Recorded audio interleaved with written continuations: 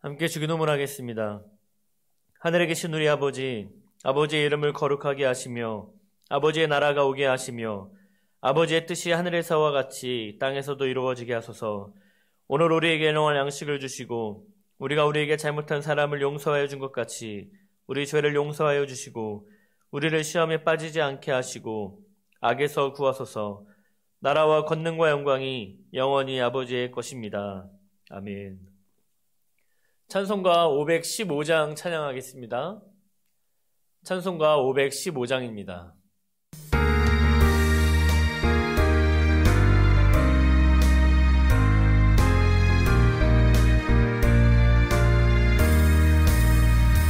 눈을 들어 하늘 보라. 어지러운 세상 중에 곳곳마다 상한 영의 탄식 소리 들려온다. 빛을 잃은 많은 사람, 길을 잃고 헤매이며 강자처럼 기진하니 믿는 자여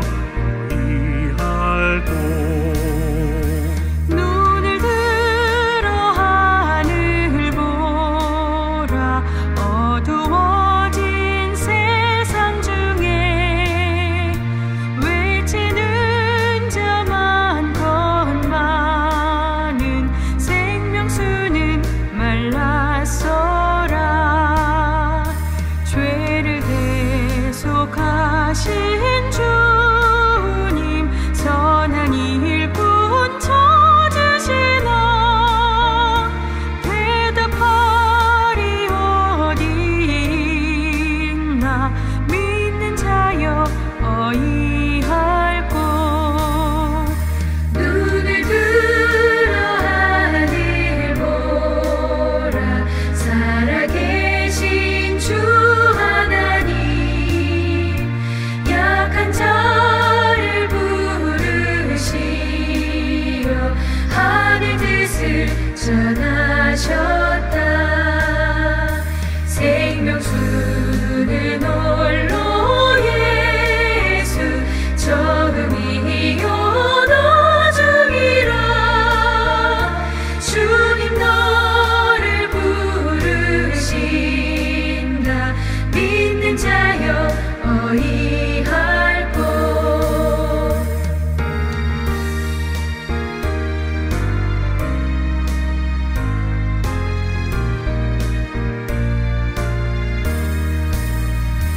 눈을 들어 하늘 보라. 다시 사신 그리스도, 만 백성을 사랑하사 오래 참고 기다리네. 인내하신 우리 구주, 그의 심판하시는 날 곧 가까이 임하는데 믿는 자여 어이할 곳. 오늘 우리에게 주시는 말씀은 갈라디아서 4장 12절에서 20절의 말씀입니다. 갈라디아서 4장 12절부터 20절의 말씀입니다.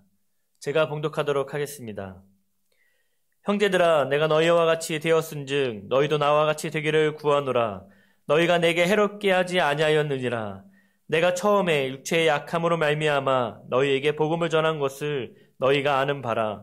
너희를 시험하는 것이 내 육체에 있으되 이것을 너희가 없인 여기지도 아니하며 버리지도 아니하고 오직 나를 하나님의 천사와 같이 또는 그리스도 예수와 같이 영접하였도다.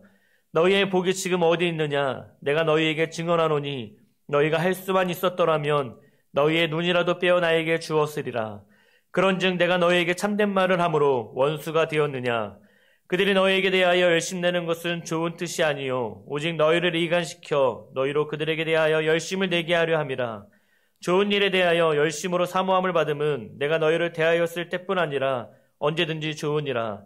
나의 자녀들아, 너희 속에 그리스도의 형상을 이루기까지 다시 너희를 위하여 해산하는 수고를 하노니 내가 이제라도 너희와 함께 있어 내 언성을 높이려 함은 너희에 대하여 의욕이 있음이라.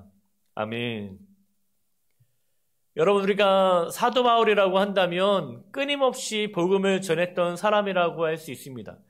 예수님을 만난 그 순간부터 이방인의 사도라는 이 칭함을 받기까지 그는 끊임없이 계속해서 이방인들을 향해서 복음을 전했던 사람, 그 사람이 바로 사도 바울입니다. 그런데 그 사도 바울의 서신서들을 보면 대부분 많은 교리들이 그 안에 있음을 알 수 있습니다. 그래서 우리가 생각하기로는 야, 사도 바울은 참 이성적인 사람이구나, 똑똑한 사람이구나, 그렇게 어려운 교리들도 다 풀어서 이 이방인들에게 복음을 전하고 말로써 설득력 있게 복음을 전했던 사람, 그 사람은 참 이성적이다라는 생각이 들 때가 많이 있습니다. 반대로 사도 바울을 생각하자면 그에게 감성이 있는 거는 잘 모르겠다. 그에게 감정이 얼마나 많이 있는지 잘 모르겠다고 생각이 들 수도 있습니다. 그러나 오늘 본문의 말씀을 보면 사도 바울이 자신의 감정을 담아서 이 갈라디아 교회 성도들을 향해서 호소하고 있는 장면을 볼 수 있습니다. 특별히 오늘 사도 바울은 갈라디아 교회 성도들을 처음 만났을 때 그가 어땠는지, 사도 바울의 모습이 어떠했는지 오늘 말씀 13절에서 이렇게 말하고 있습니다. 내가 처음에 육체의 약함으로 말미암아 너희에게 복음을 전한 것을 너희가 아는 바라. 여러분, 사도 바울이 처음 갈라디아 교회 성도들을 만났을 때 자신에게는 육체의 약함이 있었다고 말하고 있습니다. 14절에 의하면 그 약함은 이 갈라디아 교회 성도들에게 충분히 시험거리가 될 수 있었던 것입니다. 즉, 거리낄 만한 것이 있었다는 것을 알 수 있습니다.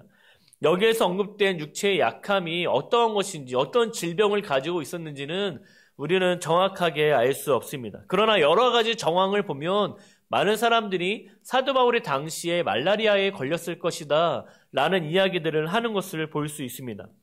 오늘 본문의 배경인 사도행전 13장 13절부터 14절 말씀에 의하면 사도 바울이 1차 전도 여행 중 바보라는 지역에서 또 버가라는 지역으로 갔다가 이제 그곳에서 저 높이 있는 갈라디아 지방까지 올라가는 모습을 볼 수가 있습니다.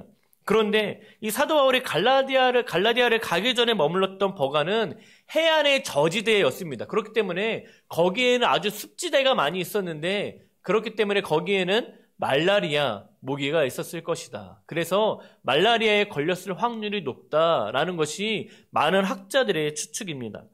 여러분, 이런 의견들을 종합했을 때 사도 바울이 처음 이 갈라디아 성도들을 봤을 때는 말라리아에 걸렸을 때의 모습이었을 것이다 라는 것입니다. 여러분, 이 말라리아에 걸리면 또한 합병증이 일어나는데 두통을 호소하기도 하고 또한 간질이 나타나기도 합니다. 여러분, 혹시 간질을 경험해 본 적이 계십니까? 아니면 간질을 하고 있는 사람을 직접 보신 적이 있으십니까? 제가 중학교 때 저희 아버지 교회에 이 간질 환자분이 한 분 계셨습니다. 함께 예배를 드리다 보면 중간중간에 갑자기 쓰러지시면서 거품을 물고 막 몸을 부들부들 막 떠는 것들을 볼 때가 있습니다. 그때마다 성도님들이 다 같이 모여서 그분을 위해서 기도해 주시곤 했습니다. 함께 우리가 신앙생활을 했었고 또 그분이 간질이 있다는 것을 알았기 때문에 사실 저에게는 그렇게 크게 놀라운 광경은 아닙니다. 그러나 만약에 처음으로 교회에 오신 분이 갑자기 그분이 쓰러져서 거품을 물고 간질을 한다면 아마 굉장히 놀랄 것입니다. 아마 다가가지도 못할 것입니다.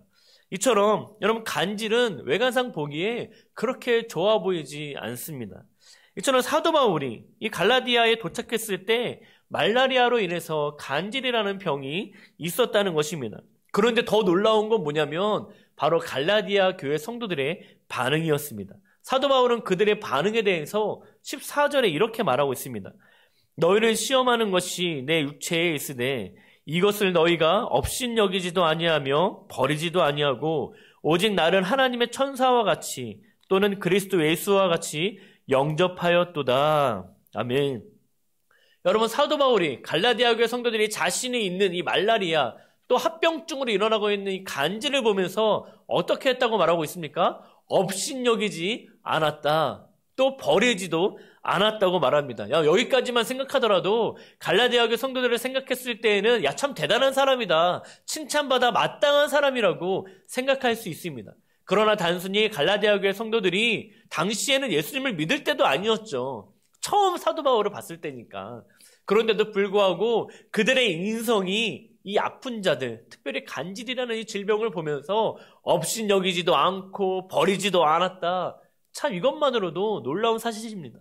그런데 더 놀라운 사실이 무엇입니까? 하나님의 천사와 같이 또는 예수 그리스도를 영접하는 것 같이 했다라는 것입니다. 여러분, 갈라디아교회 성도들 참 바라보면서 배울 점이 많다라는 생각을 하면서 말씀을 준비했습니다. 그런데 문제는 무엇입니까? 그런 갈라디아교회 성도들이 사도 바울을 대하는 모습이 달라졌다는 것입니다. 질병이 있었음에도 불구하고 간질이라는 사람들이 보기에 조금 거리낄 만한 그 질병이 있었음에도 불구하고 하나님의 천사와 같이 예수 그리스도와 같이 영접했던 그 갈라디아 교회 성도들이 이제는 달라졌다는 것입니다. 왜 달라졌습니까? 다른 복음이 그들 안에 들어갔기 때문입니다. 여러분, 사도 바울은 16절에서 지금의 상황의 심각성을 이렇게 말하고 있습니다. 그런즉 내가 너희에게 참된 말을 함으로 원수가 되었느냐. 여러분, 지금 상황은 내가 그렇게 간질이 있었음에도 불구하고 너희가 나를 그렇게 맞이했는데 지금은 오히려 반대, 더 나아가서 원수가 되려고 한다라는 것입니다. 왜 원수가 되려고 합니까? 참된 말, 참된 복음을 다시 그들에게 말하니까 그들이 이제는 거부한다는 것입니다. 그들에게는 다른 복음이 있었기 때문에 이제는 사도 바울이 처음 전한 그 진리를 아무리 전하더라도 그들은 거부하며 오히려 사도 바울과 원수가 되려고 한다는 것입니다. 그런 갈라디아 교회 성도들을 바라보면서 사도 바울은 포기하지 않기로 결단합니다. 19절의 말씀입니다. 나의 자녀들아, 너희 속에 그리스도의 형상을 이루기까지 다시 너희를 위하여 해산하는 수고를 하노니. 여러분, 여기서 해산의 수고라고 이야기하고 있습니다. 해산의 수고. 사도 바울의 선지서를 보다 보면 종종 사도 바울이 표현하는 표현 중에 하나입니다. 해산의 고통, 해산의 수고, 내가 너를 낳았다 라는 표현들을 사도 바울이 종종 합니다. 이처럼 사도 바울이 갈라디아 교회 성도들을 복음을 전하고 예수 그리스도를 영접하기까지 사도 바울은 마치 내가 해산의 수고를, 해산의 고통을 한 것 같은 그러한 시간들이 있었음을 이야기하는 것입니다. 그런데 무엇입니까? 내가 다시 해산의 수고를 하기로 결단했다는 것입니다. 여러분, 저는 아기를 낳아보지 않았습니다. 그러나 저희 아내가 3명의 아이를 낳는 모습, 또 그 진통을 겪는 모습을 보았습니다. 또 많은 분들이 이야기를 듣다 보면 아기를 낳고 나서 그 해산의 아픔이 너무나 크기 때문에 또다시 아기를 낳는 것에 대한 두려움 때문에 내가 아기를 낳지 않겠다라고 말씀하시는 분들도 있습니다. 또는 애초에 아기를 낳지 않았음에도 불구하고 이곳저곳에서 아기를 낳을 때 너무 아프다는 이야기를 듣고 그 두려움 때문에 아기를 낳지 않으시는 분들도 계십니다. 이처럼 해산의 고통은 그냥 문자적으로만 알 수 있는 그러한 고통이 아닐 것입니다. 해산의 고통은 뼈를 깎는 고통, 정말 몸에 큰 변화, 아픔이 있는 그 고통일 것입니다. 그런데 사도 바울은 한 번의 경험뿐만이 아니라 내가 다시 그 갈라디아 교회 성도들을 향해서 다시 내가 해산의 수고를 하겠다고 말하는 것입니다. 여러분, 아기를 낳고 그 해산의 고통이 있음에도 불구하고 둘째를 낳을 수 있는 이유는 무엇입니까? 생명이 얼마나 귀한지 알기 때문입니다. 그 생명이 우리에게 얼마나 큰 기쁨을 갖다 주는지 알기 때문입니다. 아마 저는 사도 바울이 이 기쁨을 알았다고 믿습니다. 사도 바울이 다시 갈라디아 교회 성도들을 향해서 내가 해산의 수고를 하겠다라고 말할 수 있었던 그 이유는 생명이 너무 귀하다는 것을 사도 바울은 알았기 때문입니다. 한 생명이 천하보다 귀하다라는 그 진리를 사도 바울이 알았기 때문에 다시 나를 원수와 같이 여길지라도, 나를 적대시할지라도 내가 갈라디아 교회 성도들을 향해서 해산의 수고를 다시 한번 하겠다라는 마음이 그 사도 바울에게는 생길 수밖에 없었던 것입니다. 또한 갈라디아 교회 성도들을 향해서 다시 해산의 수고를 하겠다는 것은 그 생명이 나에게 주는 기쁨이 얼마나 큰지 알기 때문입니다. 사도 바울이 복음을 전하면서 수많은 어려움과 수많은 아픔들이 있었습니다. 죽음에 이르기까지 있었던 위험한 순간들이 굉장히 많았습니다. 그럼에도 불구하고 그렇게 복음을 전할 수 있었던 이유는 무엇입니까? 생명이 귀한 것을 알았고 그렇게 복음을 전할 때마다 나에게 주어지는 놀라운 기쁨이 그 안에 있었기 때문입니다. 그렇기 때문에 사도 바울은 충분히 그 해산의 고통을 알면서도 내가 다시 해산의 수고를 하겠다고 결심할 수 있었던 것입니다. 그리고 사도 바울은 이제는 편지로만이 아니라 그곳에 가서 나의 목소리를 낼 것이라고 이야기합니다. 20절의 말씀입니다. 내가 이제라도 너희와 함께 있어 언성을 높이려 함은 너희에 대하여 의혹이 있음이라. 여러분, 한 생명을 위해서라면 그렇게 생명이 귀하다는 것을 알고 그 생명이 나에게 얼마나 큰 기쁨을 주는지 아는 사도 바울은 이제는 편지로만이 아니라 내가 이제는 너희에게 가야 되겠다라고 이야기하고 있는 것입니다. 내가 전하는 그 참된 말이 진리라고 믿는다면, 내가 알고 있는 그 복음이 진짜 복음이라고 내가 믿는다면 그것을 내가 전하기 위해서, 또한 그가 나의 원수가 된다 할지라도, 나를 미워하고 나를 거부한다 할지라도 내가 그 복음을 전하기 위해서 내가 기꺼이 그곳에 가겠다고 말하고 있는 것입니다. 여러분, 우리는 갈라디아 교회 성도들과 사도 바울과 같은 그러한 믿음의 태도가 우리 안에 있어야 하는 것입니다. 사도 바울은 말라리아로 인해서 간질이라는 질병을 가지고 있음에도 불구하고 갈라디아 교회 성도들은 그 사도 바울을 맞이할 때 하나님의 천사와 같이, 또한 예수 그리스도와 같이 영접했다고 말하고 있습니다. 특별히 대강절을 보내고 있는 지금 여러분의 모습은 어떠하십니까? 주변에 질병으로 고통당하시는 분들, 특별히 가난한 자들, 소외된 자들, 다른 사람들이 꺼리고 있는 그러한 사람들을 향해서 여러분의 태도는 어떠하십니까? 간절히 원하는 건 우리 모두가 다른 사람들은 비록 멀리 할지라도, 다른 사람들은 꺼려하고 거부하고 업신여길지라도 우리는 그들을 하나님의 천사와 같이, 또 예수 그리스도와 같이 영접할 수 있는 그러한 넉넉한 마음이, 그러한 성숙한 모습이, 그러한 믿음의 모습이 우리 안에 있기를 원합니다. 또한 사도 바울의 모습이 우리에게 있어야 합니다. 복음을 전했던 그들이 이제는 다른 유혹에 빠져서 있다 할지라도 우리는 이 복음 전하는 것을 포기해서는 안 됩니다. 해산의 고통을 경험하는 수고가 있다 할지라도, 내가 다시 그 해산의 수고를 경험해야 한다 할지라도 우리는 그 해산의 수고를 하겠다라는 결단하는 마음을 가지고 복음 전하기를, 생명을 잃어버리지 않기를 우리는 애써야 하는 것입니다. 그리고 그들에게 미움을 받더라도 참된 복음이 무엇인지, 하나님의 말씀이 무엇인지, 진리가 무엇인지 우리는 선포해야 합니다. 포기하지 말아야 합니다. 그럴 때 다시 그들이 주께로 돌아오고 주께 예배하고 또 관계가 회복되는 그러한 은혜가 이 대강절 가운데, 또 우리의 삶 전체 가운데 예수님이 다시 오실 그날까지 그러한 태도가 우리 안에 있기를 간절히 기도합니다. 함께 기도하겠습니다. 하나님, 사도 바울이 육체에 질병이 있었는데 사람들이 그를 업신여기지도 버리지도 않고 오히려 하나님의 천사와 같이 예수 그리스도를 영접하는 것과 같이 대했음을 보았습니다. 하나님, 대강절을 보내고 있는 지금 우리의 모습이 그런 모습이 되게 하여 주옵소서. 다른 모든 사람들은 업신여길지라도, 버릴지라도, 거리낄지라도 우리는 그들을 영접하고 함께 한 마음으로 맞이하며 영혼을 구원할 수 있는 그런 마음이 우리 안에 있게 하여 주옵소서. 또한 사도 바울과 같이 해산하는 수고를 한 번 더 해야 한다 할지라도, 또한 내가 먼 거리를 가야 한다 할지라도, 원수와 같이 그들이 나를 미워한다 할지라도 하나님의 복음을 전하기에 힘쓸 수 있는 우리 모두가 되게 하여 주옵소서. 그래서 주님이 다시 오실 그날까지 우리가 복음을 전하기에 힘쓰며 해산의 수고를 아끼지 않는 우리의 모습이 될 수 있도록 주님 우리를 축복하여 주옵소서. 감사드리며 예수님의 이름으로 기도합니다. 아멘.